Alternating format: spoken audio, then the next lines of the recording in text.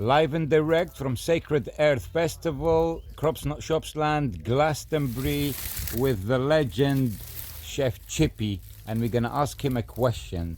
Brother, what do you think makes a good chef a good chef?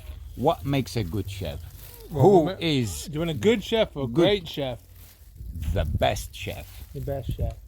I guess there's many different things. I think you really got... I think it's kind of slightly energetically, but you've got to put like love and care and stuff into your food. If you're rushing and cutting corners and you're just doing it to just purely to like for personal gain or making money or whatever, then it's not going to be good food. If you're doing it because you want to show it to these people and feed them really nourishing and good food, that's really important. I think that's probably fundamentally the big, because everything else is second to that, right? Where you're sourcing the food, your techniques. If you care about how you cook, you're going to learn more and learn how to cook better. So I think loving it, I think caring about it is fundamentally the most important thing. Mm-hmm. What do you think about the importance of being loving and kind when serving the food to the people you've cooked it for? I think that's really important as well, because obviously that is a part of the experience. That is a reflection. The food's a reflection of you, and maybe vice versa as well. So I think serving people with that love and that courtesy is also a part of it all. And I think it's really, really important to have that, show that love and show people how wonderful food can be and what a wonderful, important experience that is to us all. Mm-hmm.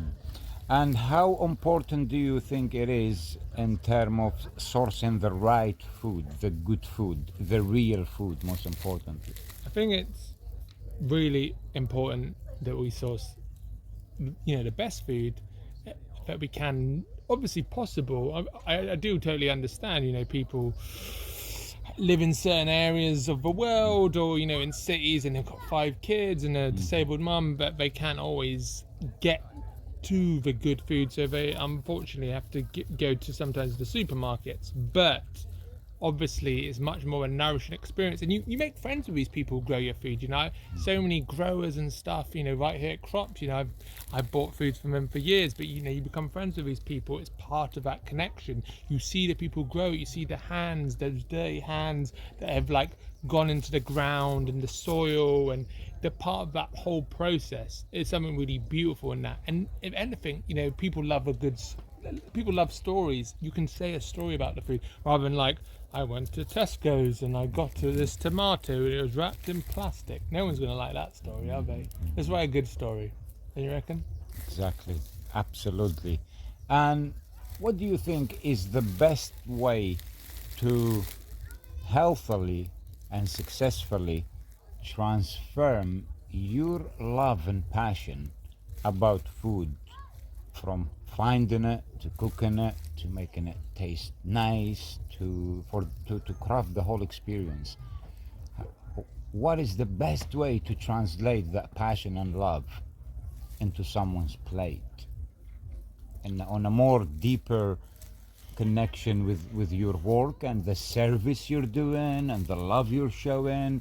What do you think one should do to be connected directly with the dish that's in front of you? I think definitely. It goes back to what I just told. I think you have to be a part of that whole process of it. If you're going and buying some like already chopped up garlic, or if you're going to some wholesaler and buying already diced onions or something like that, you're not really a part of that process.